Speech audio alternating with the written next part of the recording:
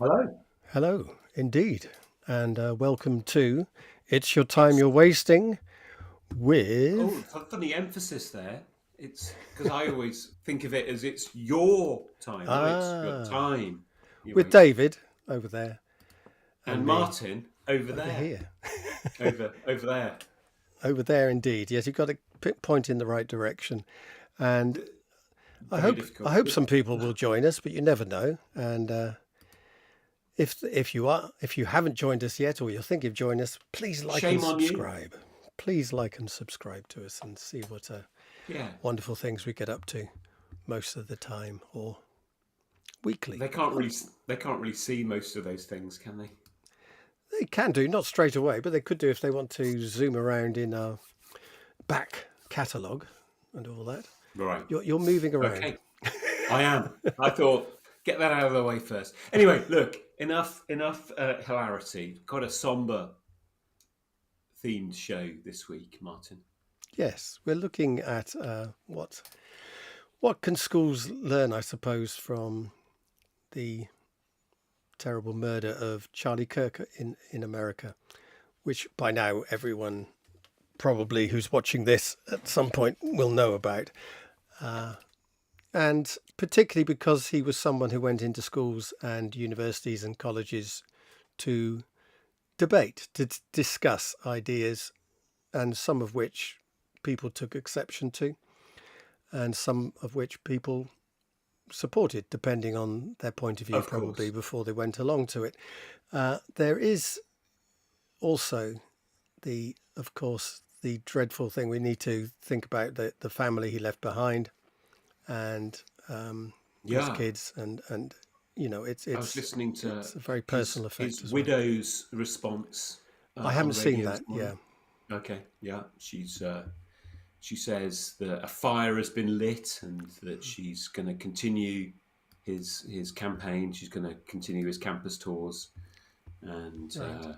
the message is very much still to be continued. I've got to be honest, Martin. I and this probably reflects quite poorly on me. I'd not heard of Charlie Kirk before this.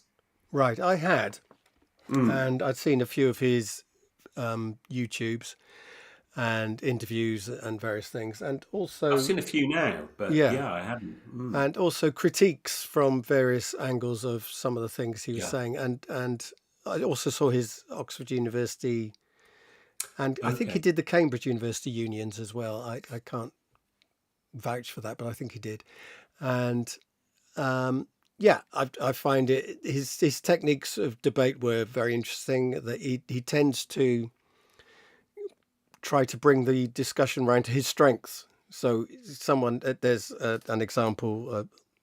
A woman goes up and says, "I'm a feminist," and he says, "Right, okay, so you're a feminist. What is a woman?" And straight away he goes into his anti sort of trans ideas, and it's an area of strength for him. And of course, it's because if you start a conversation, I'm a feminist, identitarian straight away. This is where I'm coming from. She never got round to even making her point or making her argument. It was just straight away into his areas of strength, and fair enough. That's debating. But whether debating in order to beat people or debating in order to reach a sort of mutual truth, and some sort of Yeah. mutual understanding of the truth, or groping towards it, there are different ways of debating, and I think people would call this the gotcha school of debate, and perhaps it's the school that works for TikTok and the short snippet of someone taking on someone else, and the battle.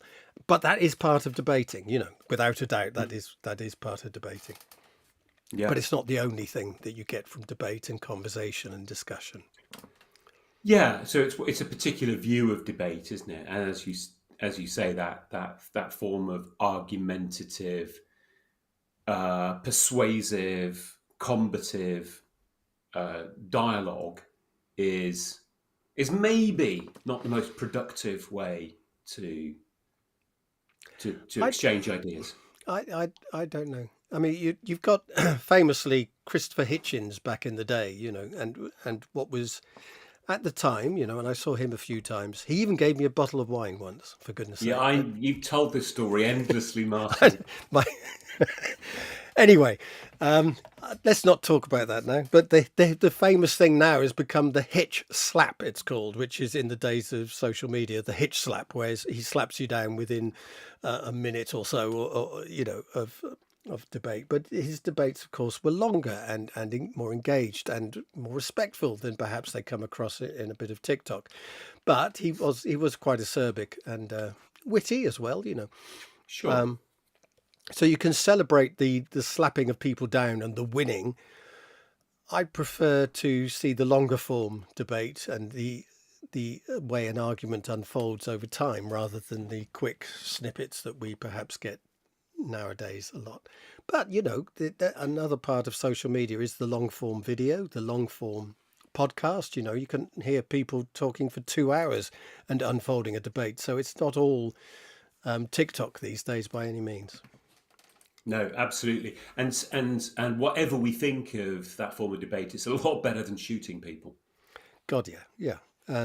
But the question is, of course, and this is all over social media and in discussions on mainstream media as well, is that did the type of debate, was he asking for it, which is a dreadful thing to say. Yeah, I don't feel comfortable with the idea that he was asking for it any more than the way sort of a particular misogynistic point of view, looking at sort of how women dress and saying, well, they were asking for it. I don't think that's ever an excuse for somebody's, crazed response to the world. But whether or not he was asking for it, that aside, I think his style uh, embodied a form of almost monologic discourse, if that's not an oxymoron. Yeah, I don't think I would disagree with that. I think it was dialogic. He Okay, all went right. in to talk with people in in the flesh as well. So Well, he would no, actually go to a that's place and put himself in front of people and discuss with them. But this sort of long sort of yeah. But is queue there of an people exchange would of come ideas? one at a time and get slapped down. Was after one after the other was a bit, I suppose, more like the hip Yeah, slap as we see that comes across. And also yeah. he's in Was there? charge. He's in charge of the YouTube channel, and he can edit things in certain ways. But he's certainly made a brand out of this, and it's I'm quite not denying that, Martin. I think what I'm suggesting is that there's no sort of enrichment of ideas. There's no back and forth. There's no learning from the people that yeah. he's engaging with. It's a platform to promulgate a view of the world, which is fairly aggressive and fairly sort of take no prisoners style, with no concession and no building upon the opponent's perspective. Yeah, I Is think that fair? there are some. I think there are some opponents who he took on who actually managed to Okay. get through that, and What, and change then his mind? sometimes on some things he was Yeah. Okay. able to and willing to at least engage with ideas he hadn't thought of before. But the vast majority, bringing things into his safe ground, like trans, like onto the Bible as well, and discussions around the Bible, which he was very learned in. I think, but for whether it's as confrontational, whatever it is, there's no way Mm. that I would say that it equals violence. Words Oh no, aren't no, no, violent, and no! Of silence course not. isn't violence. All these things that have happened over the last few years, where people take these things as quite aggressive to a level that is almost equal to violence. Literally, when you say words are violent, Mm. that when I was at school, schools used to tell you words.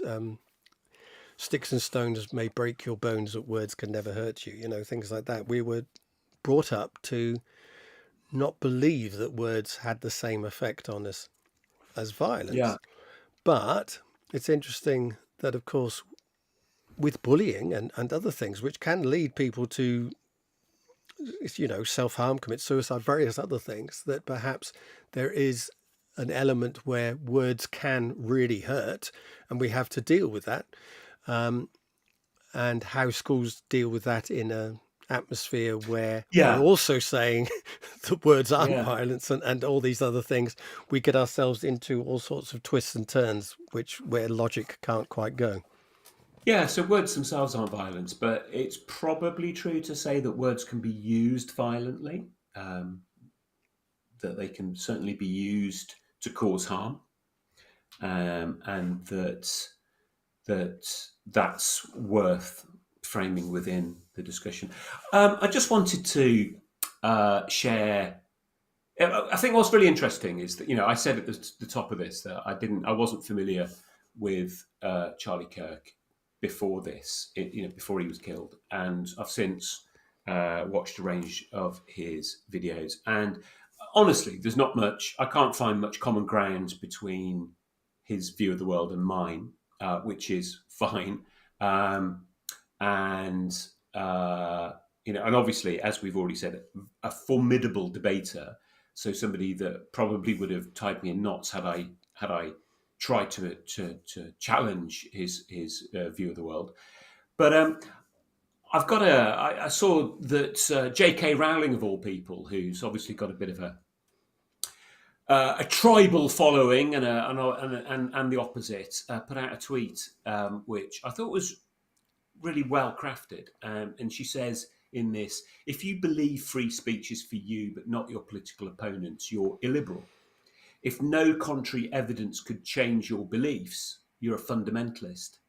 If you believe the state could punish those with should punish those with contrary views, you're a totalitarian. And if you believe political opponents should be punished with violence or death, you're a terrorist. And I don't know, those seem like pretty well chosen words. Yeah, and the idea that someone would put on a bullet something about someone Yeah. being a fascist, and this is for you. I can't remember exactly what it was written on one of the bullets that were found, but of course, shooting someone is the ultimate fascist act. Really, it's taking away someone's life, taking away someone's speech. I mean, it's an extraordinary world where we try and balance the two things out, and political violence has happened for centuries.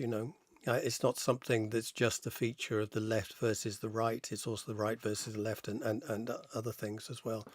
In the UK, of course, we've had two MPs Yeah. killed, stabbed to death, one on the left, one on the right, Yeah. and both absolute tragedies and absolute disgrace that occurred, for people trying to do their best for the country, and as they see it from their points of view. So, I mean, what do we find in Britain's schools at the moment? How this world is affecting us? Because it seems to be. I mean, whether we look at the international scale, where we're worried about international politics, Russia, Mm. invading, drones flying over, and falling over Poland, and the state of the nation reflects that in terms as well about its own sort of insecurity in terms of, well, government, in Mm. terms of anything trying to get a sense of stability. Everything since 2008 and the great sort of crash that happened with the economics of the world, really, I suppose. And where Gordon Brown was Yeah. meant to have saved the world, perhaps he didn't quite save it in quite the way. And then we've had COVID, we had all these other things as well.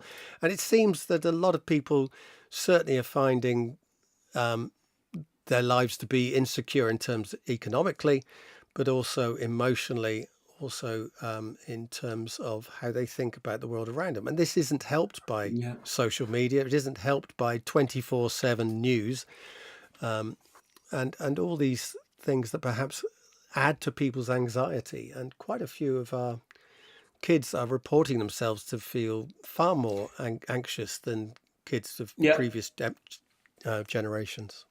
Yeah, absolutely. I mean, we talked on a previous show about the in trends of people self-reporting neuroticism and lower levels of conscientiousness and all of these different things. But yeah, the self-report that amongst young people about depression and pessimism it feels like the world in which a lot of people find themselves is very, very bleak.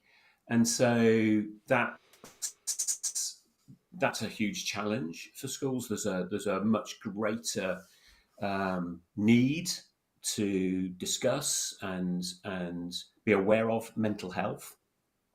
But there's also, the corollary to that is that the more we normalize the idea that children's mental health is fragile, the more that we, to put it one way, to pathologize what might be fairly normal responses to adversity and setbacks, the easier it is for everybody to frame their mood as a mental health issue. Now, that's not to say that people don't experience profoundly difficult mental health problems, but it might be to suggest that what in the past younger people might have been more willing to shrug off and to cope with now feels like something that they can't cope with. Yeah, that would be if the world hadn't changed. Yeah, That when I was a kid, and I go back a long way. I I go know. back when there were only 3 channels on TV and they didn't broadcast all day. Well, They'd stop at I night. go They'd back. stop in the afternoon, which is crazy. Yeah, no, I You'd get have that. something completely stop. And you'd I don't know, I remember being off school with various horrible diseases which we also had back in the day, like chicken Yeah, like pox, German Quincy and that sort of measles, thing. mumps, Yeah, anything you want. And just sort of TV, there was some program on at lunchtime for kids, and then it'll be the news, and then that'll be it. It would just stop. The Pebble TV would Mill at stop. one. No, well, it's yeah, there was that, yeah, and then if there wasn't cricket on, there it would just be test guard all afternoon. So I remember staring out of the window and Yeah. watching raindrops. Um, the You could always what a listen to life the to lead. radio, Martin, or Didn't have or videos. What are you talking about? I said listen to the radio. Oh, You radio. definitely had No, the that, wireless. The the for me. wireless, and for There wasn't I was a anything for big fan kids of on apart I from, was a I big fan suppose, of Radio reading One. books. I don't know. Maybe that Not hadn't when you're got ill. as far Oh as God, can you read a book when you're sweating at your temperature at God knows what? maybe I not. don't I know. do remember when We're going to get nostalgic now. we're going way off piece here. I remember when Pope John Paul II died, and which wasn't, or I was an adult, but I was really really ill, and I was staying with my Not as ill as sister-in-law's he house. was, obviously. Not as ill as him, no, because he was dead. But I was staying at my sister-in-law's house in Clonakilty in County Cork, and I was too ill to read a book or do anything or to sort of open my eyes, and so I was listening. I had the radio on in the background, so I drifted in and out of sleep. And the only thing that was on Irish radio during that period was commentary about the Pope, and that was bleak. That was hard. Anyway, Yeah.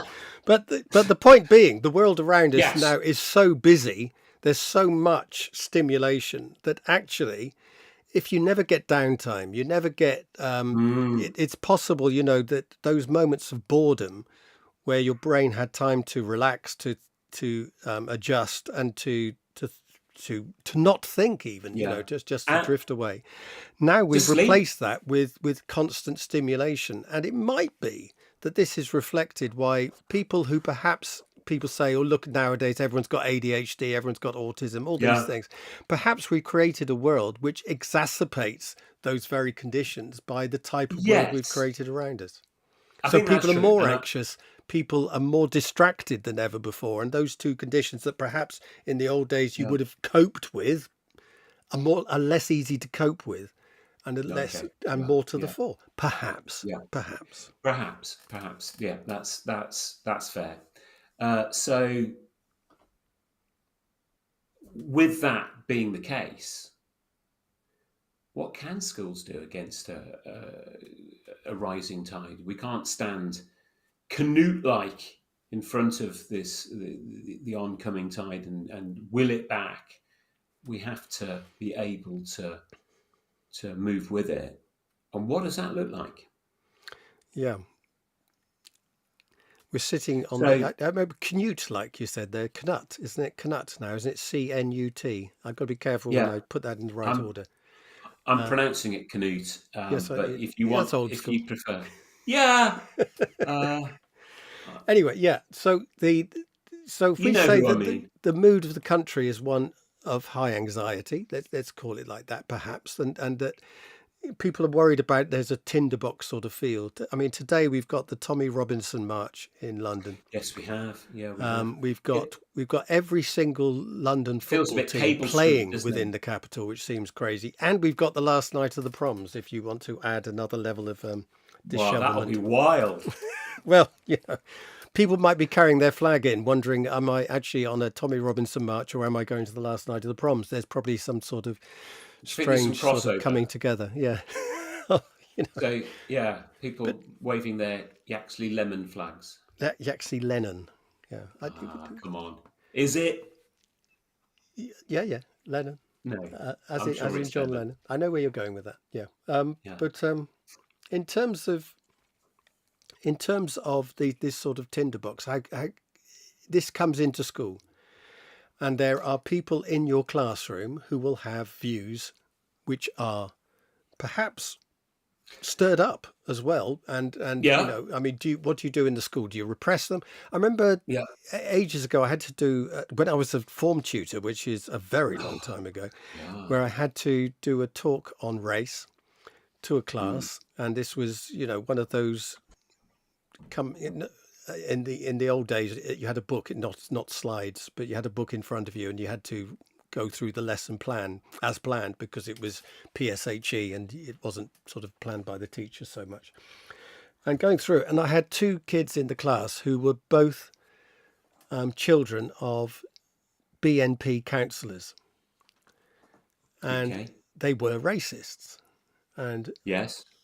how do you have a conversation with racists in the class Yeah. about race without including them or with including them? Do you say, no, you can't discuss this because you are racist? Or do you say, okay, you're able to discuss this, come in, and as long as you don't be racist because racism is wrong? What sort of parameters Yeah. do we allow for Well, debate, and for discussion? And do we yeah. allow people to have their views? Do we allow people to form their views? Or do we say these views are allowed, those views are not? Where do we draw lines? Yeah, I think, and I think that's become increasingly hard because when you and I were form tutors, those felt much more niche views. Those felt much more, sort of the acceptability of racism felt like a fairly easy thing to dismantle and to say, you know, we're not going to allow that to sort of dominate our discussions. But that's become, I'm sure, much harder with the rise of the reform vote, the fact that post Brexit we live in a world where it's much more acceptable for people to publicly express views which would have been castigated as racist pretty recently, Yeah, but as fairly normal. in terms of And saying so that that was racial, unusual for you to have no, two children of BNP councillors in a single class. I mean, I've that's certainly a challenge. But I can imagine now many classrooms where there's perhaps even a majority of children who might be willing to express views like that. yeah, as well as people will say now, I think the term is legitimate concerns. That Yeah, that it goes back. I mean, Gordon yeah, Brown was a classic once where he said that, why did you let me talk to that bigoted woman? That there's some sort of attitude that with this his is mic on. acceptable views and these are unacceptable views. And I think we've got to be Yeah, very careful when we say that your views are unacceptable and draw lines that are ever I know. more entrenched in a very small sort of liberal way, I suppose. And this is where people come, the North London liberal elite, people sort of kick Yeah, against that because it's a very That's small, very much narrow, you, isn't it? yeah, Sort of. very small, narrow view. You are And the liberal elite, aren't you, Martin? I'm South London, mate. Uh, No, but still, the liberal elite for sure. but it comes very, very small. So you say that these are illegitimate views, then of course Yeah. they go underground. They're not expressed until you get expression allowed Mm. or encouraged now on social media to such an extent that people actually think there's lots Yeah. more people have, and then the radicalizing of each other to a point where the views are becoming what I would call, unacceptable at points, because they are extolling things Well, like attack, murder, right, violence, etc., right, etc. right, right, right. So yeah. So where is that? Where the line is, I no, Martin? I don't know where the line is. I think it's. I think actually, if we talk about where the line is drawn all the time, then Mm. we actually forget to discuss with each other, because I think the line is not it's a very wide grey area. It's not a clear line between, it's this discontinuous thinking thing Right. again, between one thing and another thing. That's okay, that's not okay. Actually, Yeah. discussion and dialogue is around those things to find out where those lines might be drawn in a community, in an area, Okay. in a place, So and actually bringing people together to discuss those things is more important than actually saying that's unacceptable, off you go, you can't speak. yeah, and obviously, one of the trends that we've seen over the past few years have been sort of deplatforming of certain views and the uninvitation of speakers at events because they were felt to profess beliefs that were considered unpalatable by the organisers, and that feels like a step too far. That feels that it has been a mistake. But does that mean that schools, in order to really kind of tease out these ideas and discuss these thoughts and to give young people an experience of meaningful debate and discussion, does that mean we invite the the, the Tommy Robinsons of the world into inside the tent Well, and this is the and interesting hear them thing. out? Because of social media, Yeah, he is they're in in the there anyway. tent. Yeah. Yeah, Yeah, and the thing your is, it Andrew Tates and all of yeah, these they people. might Yeah. be, seen a lot by certain people, or Yeah, the yeah. Well, they ilk. will be. They They will will be, be. and in your classroom. So those Yeah, views, those ideas, you're swimming through the world of ideas around you, the river of ideas or whatever. yeah. Try not to mix my metaphors too much, but you're going through all that, and you are being affected by it. Your You thinking are. is changed by these things. So schools have to address that.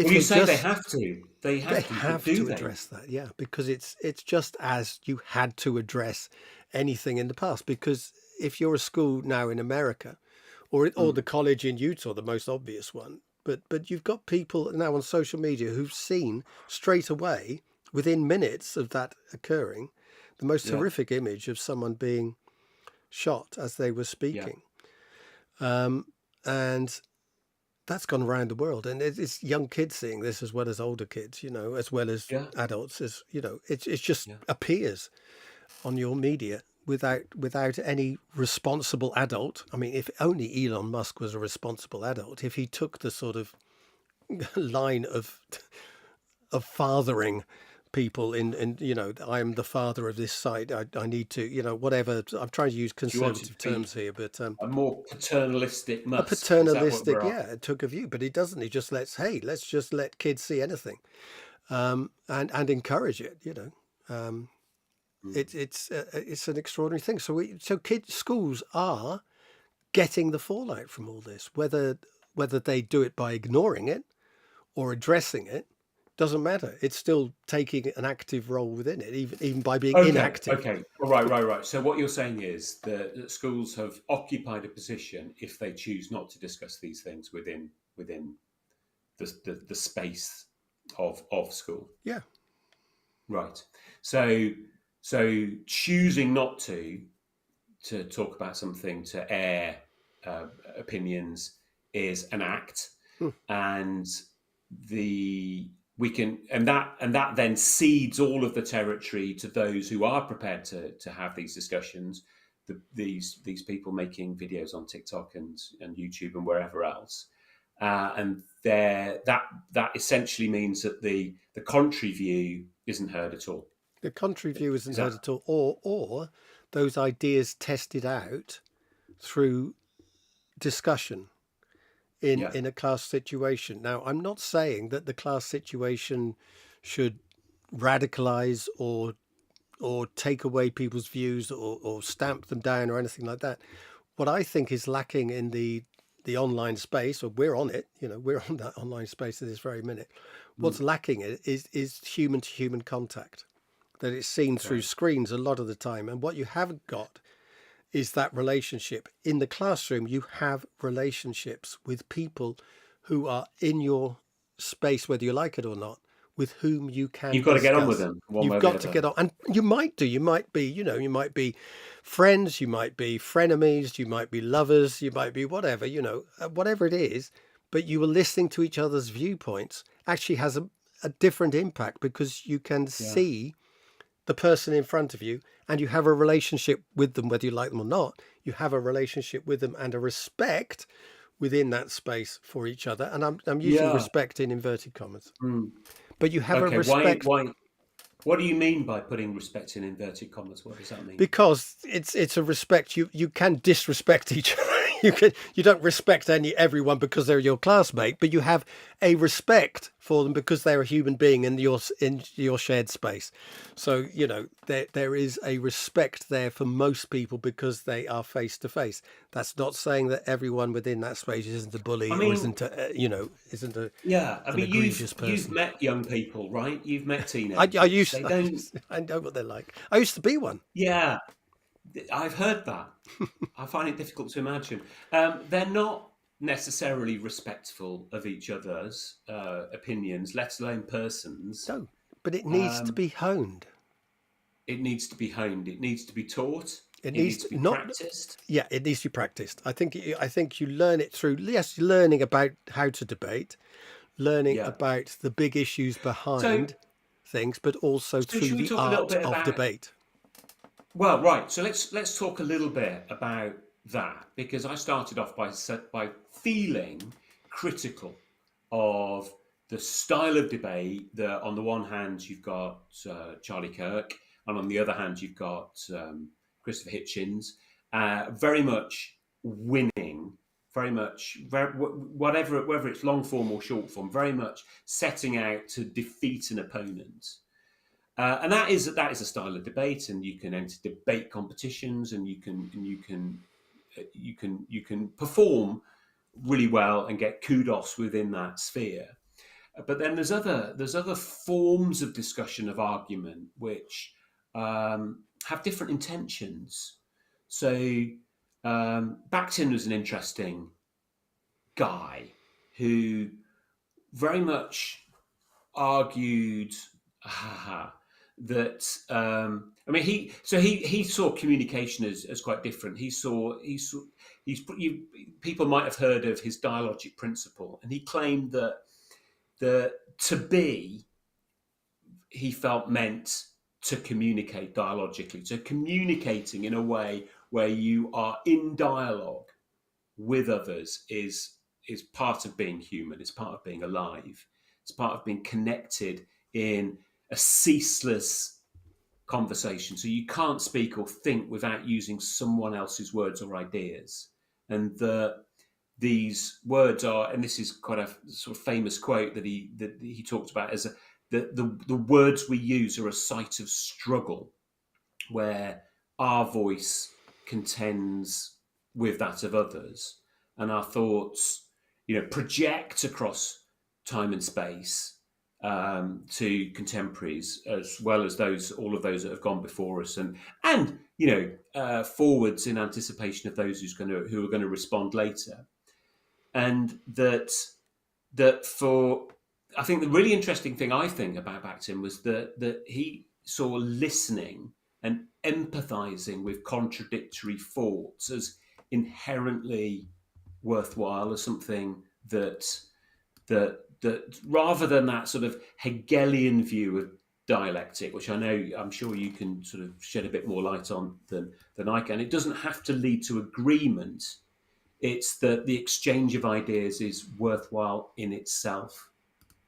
What do you think of that? Yeah. Is that something we can or should teach?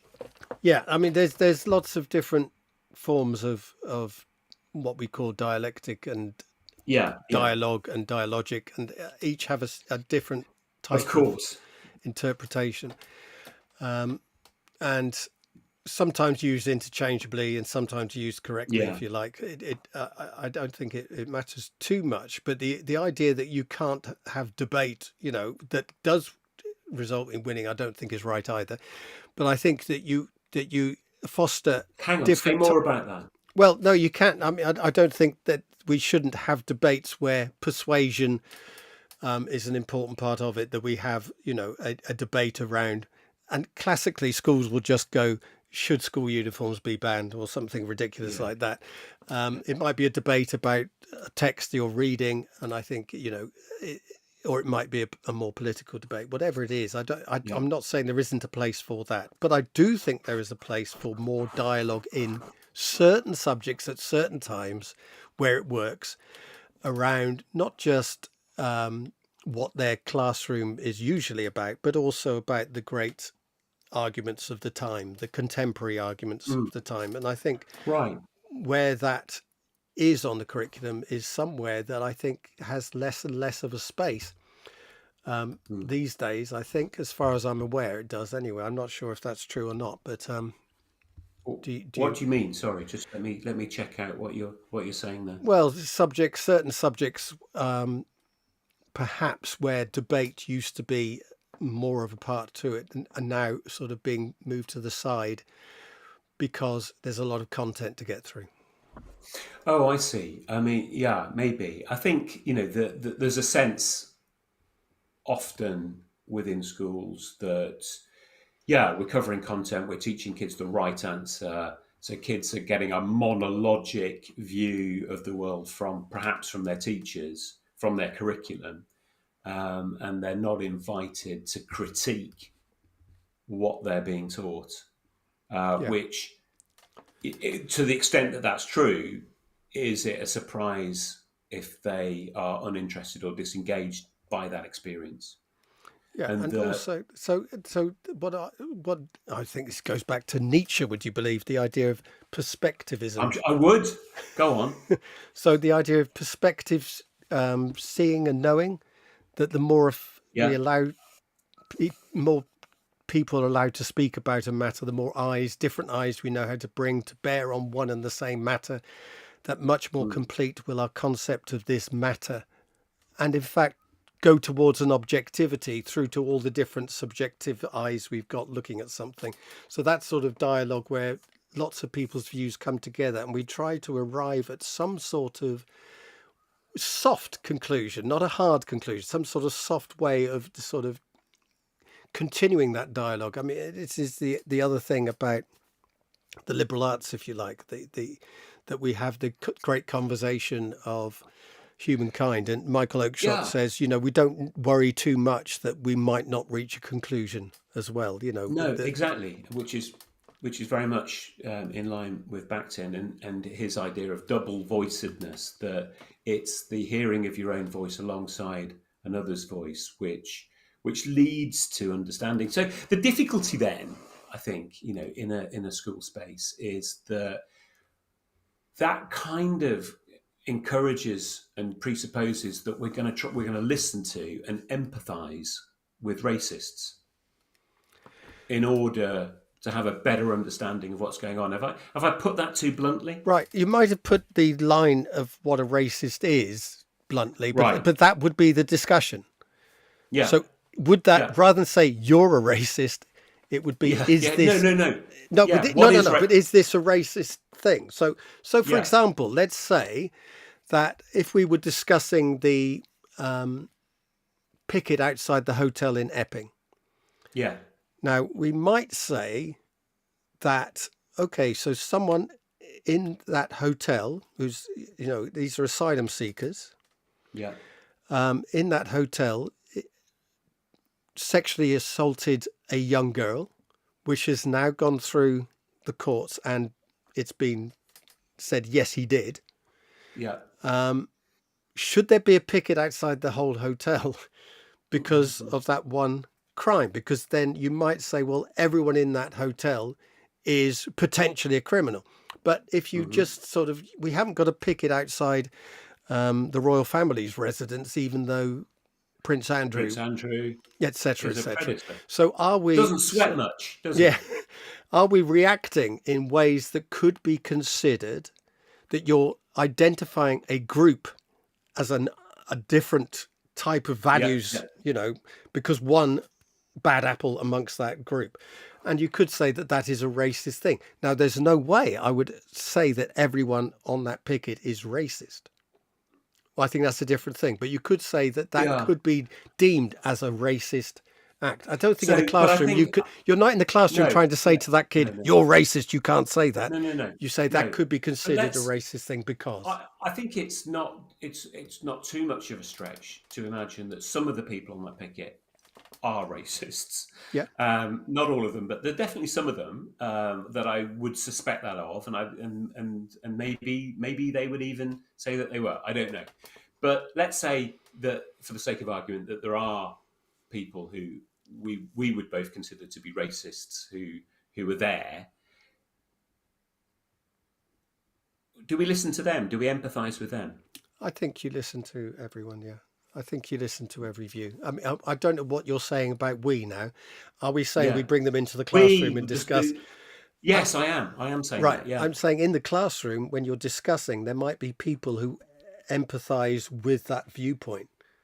Yes, but I'm not saying bringing people into the classroom in order to stir up the thing. Let's give another example. You know, the school election, when there's a school mock election. So I was working with a school a few years back. So I think this was in the days of UKIP. So this is quite a few years ago. So, pre-Brexit party. So there was a candidate who wanted to stand for UKIP. Yeah. A kid, I don't know, year 11 or whatever. Yeah, and the school said, no, you can't. Right. And so they only allowed 3 parties. And they said, we're only allowing the 3 main parties in order to try and make a rule that marginalised this kid in a sort of fair way. I think that's wrong. I think that's wrong. Now, some people think UKIP, Brexit Party, Reform are far-right, racist, and therefore should be deplatformed. Yeah. I think you've got kids in your classroom who support that, who support those groups. And you've also got people in your classroom who want to deplatform and have nothing to do with those groups. So I think we need to show that we are a mature enough democracy to allow views to be spoken and to not dehumanize the speakers, but to call them out if they are dehumanizing others for whatever reason. Interesting sidebar there about calling out, and there's been various critiques of call out culture, and one of the call out might be the wrong term. Yeah. Well, have you come across the idea of calling in? Argue with the idea of a call in? The rather than sort of ostracizing the person and labeling their view as inappropriate, just to challenge respectfully and mindfully. Yeah, that's a better way of putting it. Sorry, call out the view, not the person. No. Yeah, exactly. Yeah, hate the sinner, hate the sin, not the sinner. Yeah.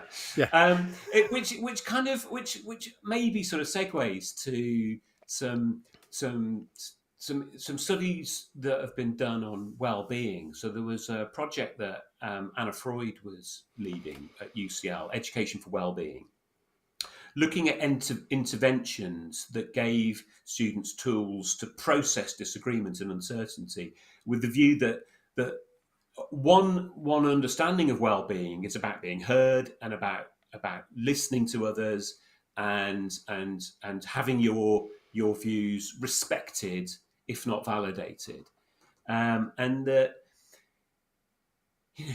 the idea that we in this world which is so tribal, that we could maybe teach children to disagree agreeably and not to resort to anger and on either side, at the what we see as the abhorrence of our opponent's views, which ultimately leads in things like this horrible murder of Charlie Kirk. Does it all start with listening? Does it all start with trying to drill into the site of disagreements and to find consensus? I also like the fact you said listening there, because it's something Yeah, we haven't actually discussed. We've been shooting off and not I discussing the know. art of listening.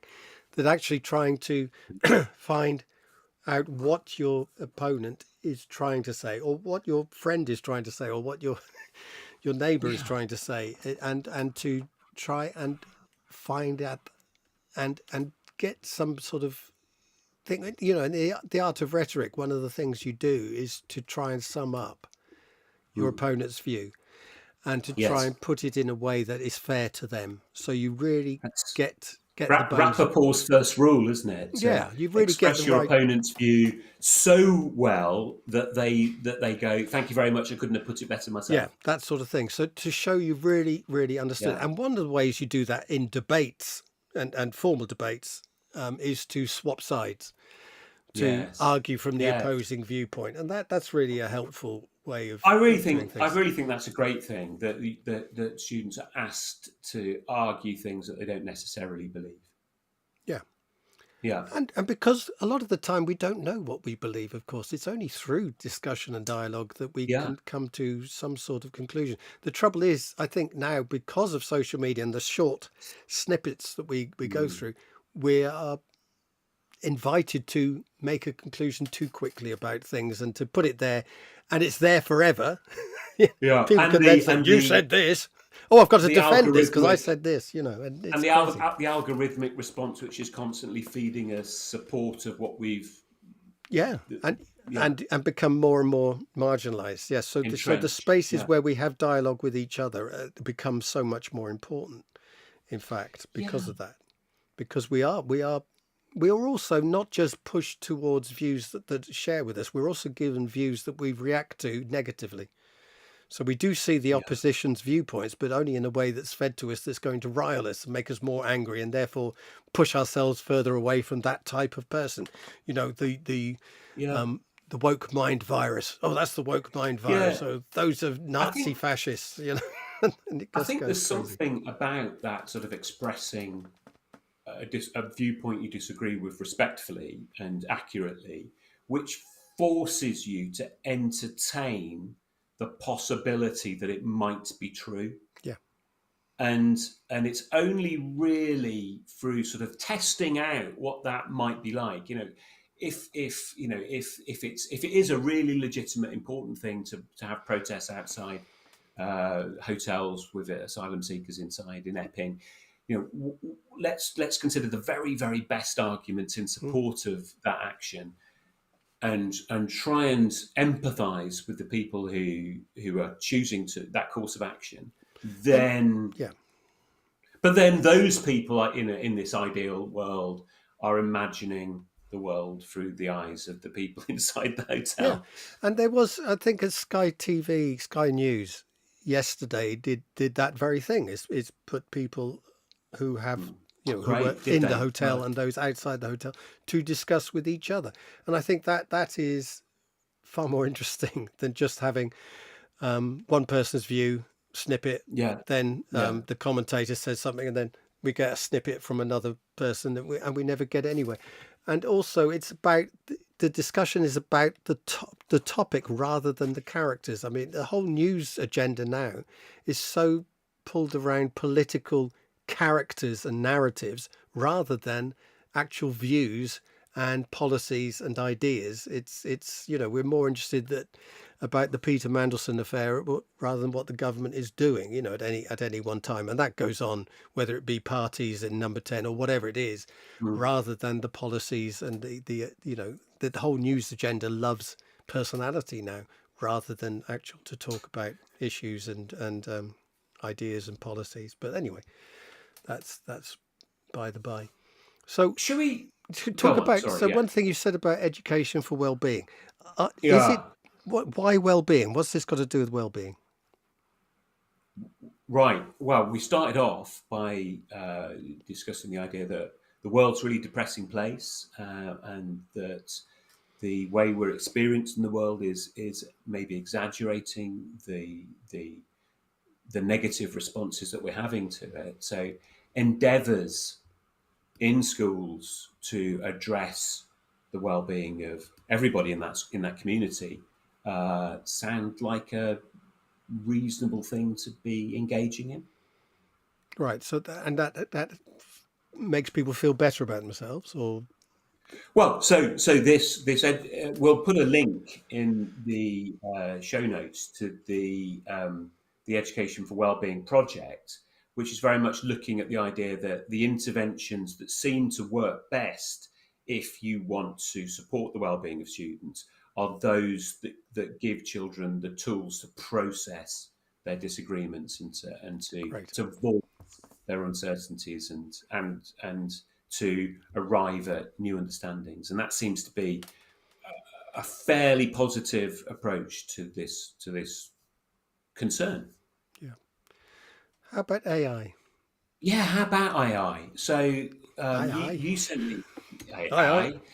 AI, right? So everyone who's used a chatbot, a large language model chatbot like ChatGPT, uh, knows that it sort of operates in the form of a conversation, and you can speak into these things. You can have a literal conversation where you say, "Hey, ChatGPT, tell me about X," and it will say, "Oh, I've got all of these," and it'll talk to you, and it injects what feels like personality into the responses and that it's making to your inquiries, and it can very much have the feeling that you are having a conversation.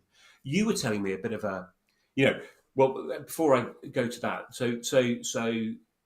this idea that in conversation we learn more about how we think, we hear contrary views, is perhaps challenged by the finding that AI seems to be set up to be sort of fawning and very much a yes AI that's just going to agree with us no matter what we say. And you were telling me a bit of a horror story around an incident. Yeah. This Um, incident. I it's hadn't heard about this. right. It's interesting that I think there's some figures, and I can't. This might be Rupert Wegerif. I Yeah, don't know if yeah. that's how you pronounce his name, but it might be from his site that there was some information on there that, in terms of persuasion, it might have been on. Right, I can't remember where I got this from, Anyway, but right. anyway, you get that persuasion. It's very difficult to persuade people around to your point of view. And Yeah. there's something like in 3% of cases, people were self-reporting that someone had persuaded them in something. In terms of Right. AI, it seems that AI is far more persuasive than people, up Oh, to about really? 19%. So Mm. it has more power to persuade. So put that into context. Is that because we sort of view it as having authority? Maybe because it knows more than me. It knows everything. It Yeah, knows yeah, everything there is to know in the world. So that could be its danger, of course. yeah. But there is a case, and I've come across this um, in perhaps couple of years ago, and no, about a couple of months ago, sorry. And this was a case of a young person, who was discussing suicide with the chat bot. I don't know which Mm. particular one, and they it persuaded them to commit suicide in the short term. Wow. And in afterwards, people looking at it, and it was, it agrees with you, yes, and it Yeah, builds you up that in your sounds own awful. view. It, Yeah, it cements your own yeah. view to some extent. So the way that it's actually set up, if you've got negative thoughts, negative ideas going on, Mm. that actually it can reinforce those and persuade you along those lines that this is a move you should take. So we have Yeah. to be very careful with these types of technologies. Yes. I mean, that sounds really awful. And my experience of using these generative AI tools is that there are certain topics that you can sort of accidentally stray into, and it says, "No, I'm not prepared to talk about that." Mm. And Some I imagine suicide would be one of those. Well, you might, but of course, not all of them. Yeah. Okay. Not all Fine. of Yeah. them are done by the same people. So if we have No. Elon Musk in charge of Grok, can you Yeah. imagine that Grok is going to be something that takes a No. moral high ground or something? It's going to be reflective of anything, really. I mean, I don't know. Yeah, I mean, yeah. I don't know how fair it. Obviously, there's been sort of controversy with Grok, sort of, sort of people sort of getting in touch with it, and asking it things like, how do I get to, Wellington High Street? And it says, oh, have you heard about, all of this sort of white replacement theory, as a sort of strange response to an anodyne query. But I don't know. I think one of the things with these programs is that they are a bit of a black box. As far as I understand it, nobody really kind of knows exactly what's going on, and there's all sorts of, you can perhaps sort of tilt programming in particular ways and make suggestions about what ought to be happening, but ultimately, no, there isn't somebody in charge that's sort of deciding what a chatbot is going to say and not say, is there?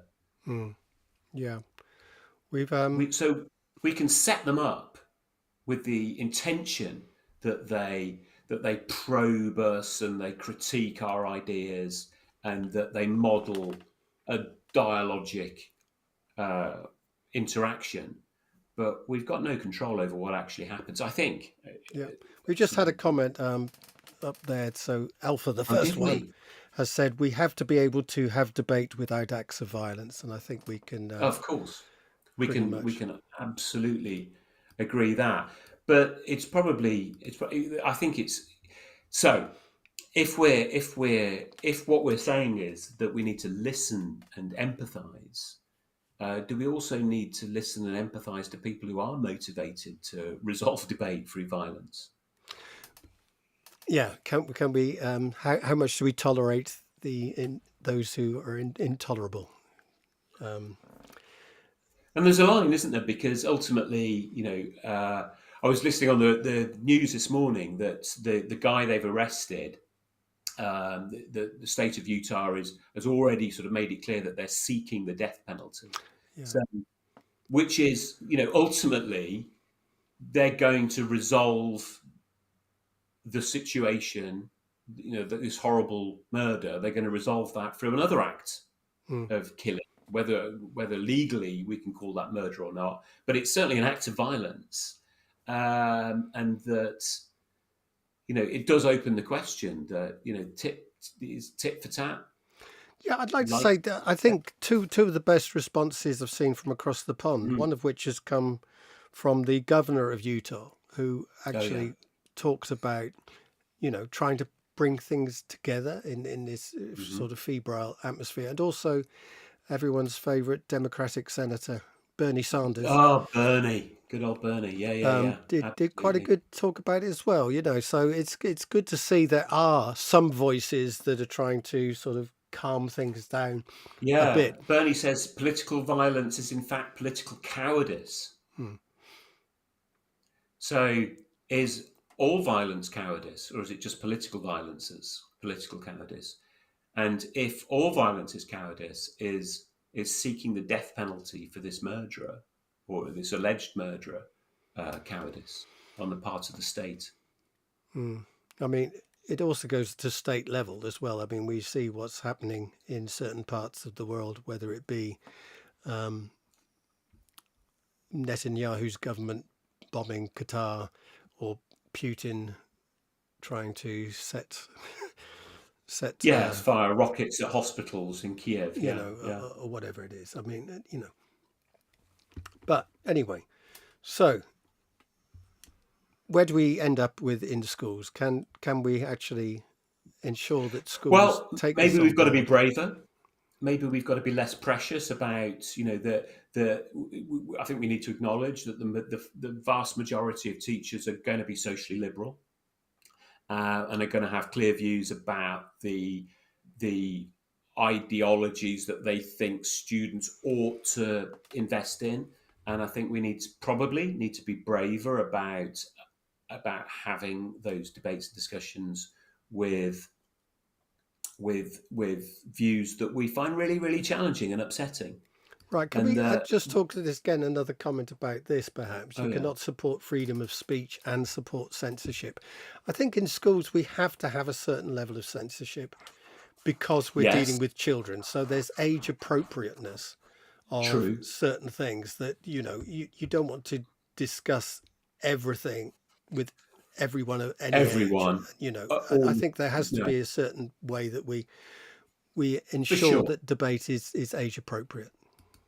Absolutely, but we also need to ensure that it happens.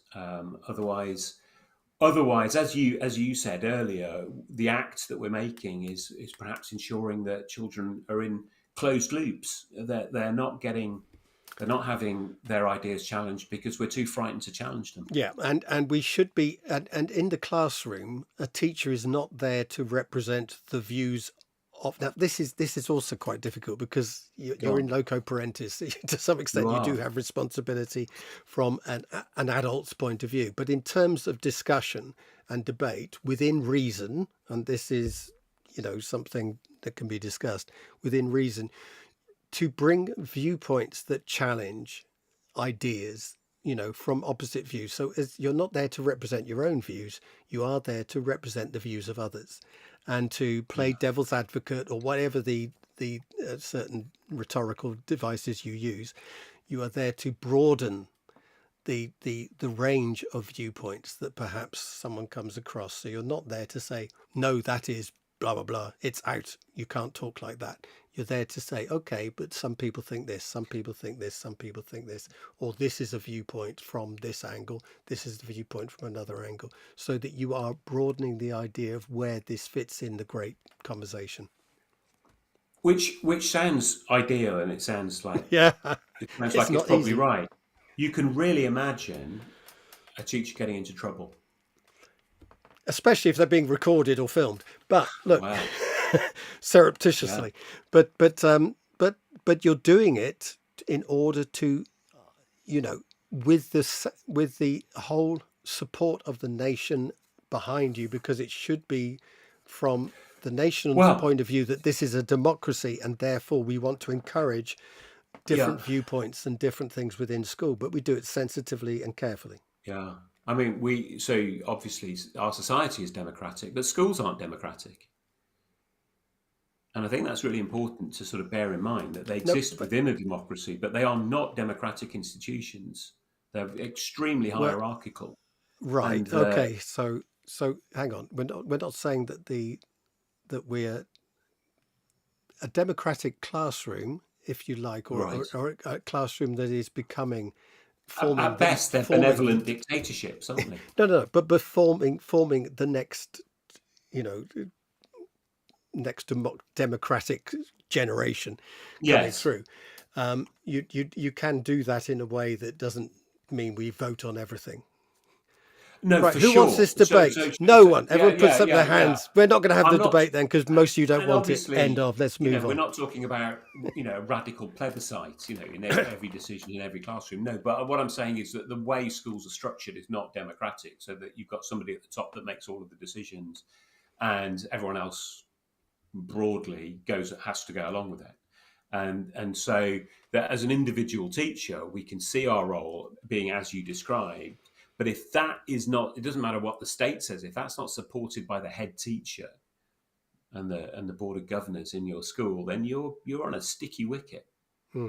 Yeah, but this is it. This is where they come to back you up, and Yeah, we go back to the Batley Grammar we've got to School commit. teacher who is still Yeah, in hiding, having gone through, like I was talking about earlier, gone through the PSHE lesson or whatever, and shown yeah. the cartoons of Mohammed, which had been shown by other teachers apparently for a couple of years. So it was part of the lesson plans they were given, Part and of the is curriculum. now in complete hiding and has PTSD and all sorts of things going on because of the collapse of their life. for doing that because of pickets outside, etc., etc. The school should have backed him. The government should back him, and if that was what we think is right. Now we might think that showing the cartoons of Muhammad is wrong. Well, that again would be something that school should have debated and thought about at a higher level, rather than leave it to a classroom teacher to find out that it Yeah. was not going to be backed at the last minute. But I think that's so. But that's the point. I think that's where we are. That we need to collectively commit to deciding whether or not we genuinely think open debate and discussion is important enough to take seriously, And it or whether is. we're just going to play with it. No, it is. But Pretend. the other example is the teacher who was filmed saying, I think about the number of genders there were in a Yeah, Kent school, and that ended up with an Ofsted inspection called hurriedly to find out in the end that there was nothing wrong that was going on in that school apparently, but just in case there was. But the and then there was teacher, the guy who was sacked from Eton, wasn't there, a yeah, few I mean, years ago? there's plenty of examples of this. What we've got to be careful of is teacher knowledge. That actually, if you Uh, are representing wide range of views, you've got to know what those views are.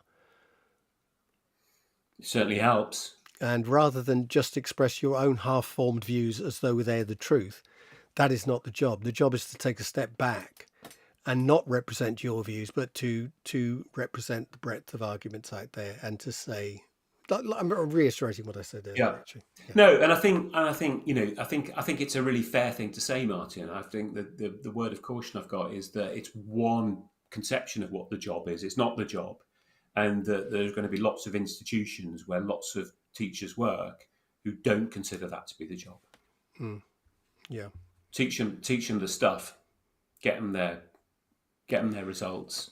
Well, this is when, Don't bother them and if the with curriculum is too full yeah with stuff yeah and not full enough of debate and discussion about our world that we are living in now, the contemporary stuff, then there needs to be a rebalance. Perhaps that's something that absolutely. comes about in the new curriculum, he says. Not knowing. Well, just to close off because we've been going on a while. You sat in on Becky Francis's update talk at Research Ed. Do you want to give us a headline? Oh gosh, why throw that I'll at put me you on now? the spot here. Haven't I know. Yeah, Come on, I Martin. have notes somewhere. Do you?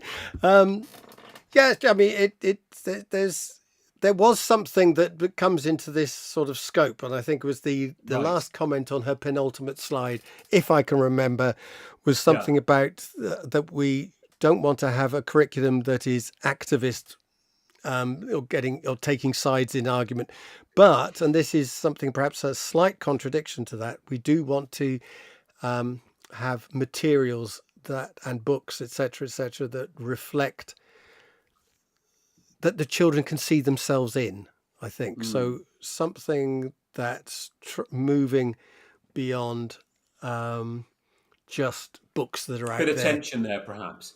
A debate to be had. A debate to be had. So that'll be interesting to see. Can I also say that I did a talk at Research Ed and Becky Francis came and sat in on my talk. So, there's a Well, nice sort of symmetry there. let's ask her what you said. Yeah. Now, what did you Yeah. say?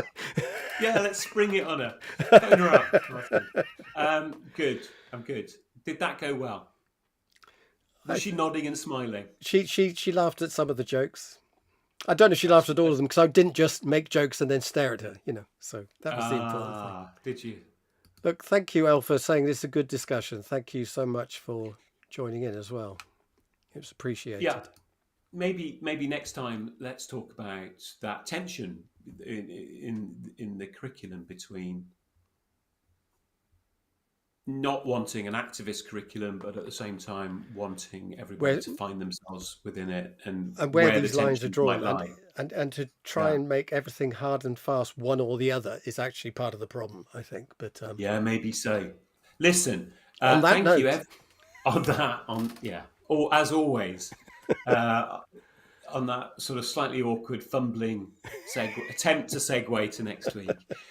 Thanks, everybody. for watching. Don't think anyone is at the moment. But thanks for those that watch and listen. That we had at least 4 people, so Oh that man, counts. that's the big time. You know, Yeah. So thanks very much for doing that. You 4, you have our love and respect. But also, thank you very much for the no doubt thousands of people who are going to listen to the podcast.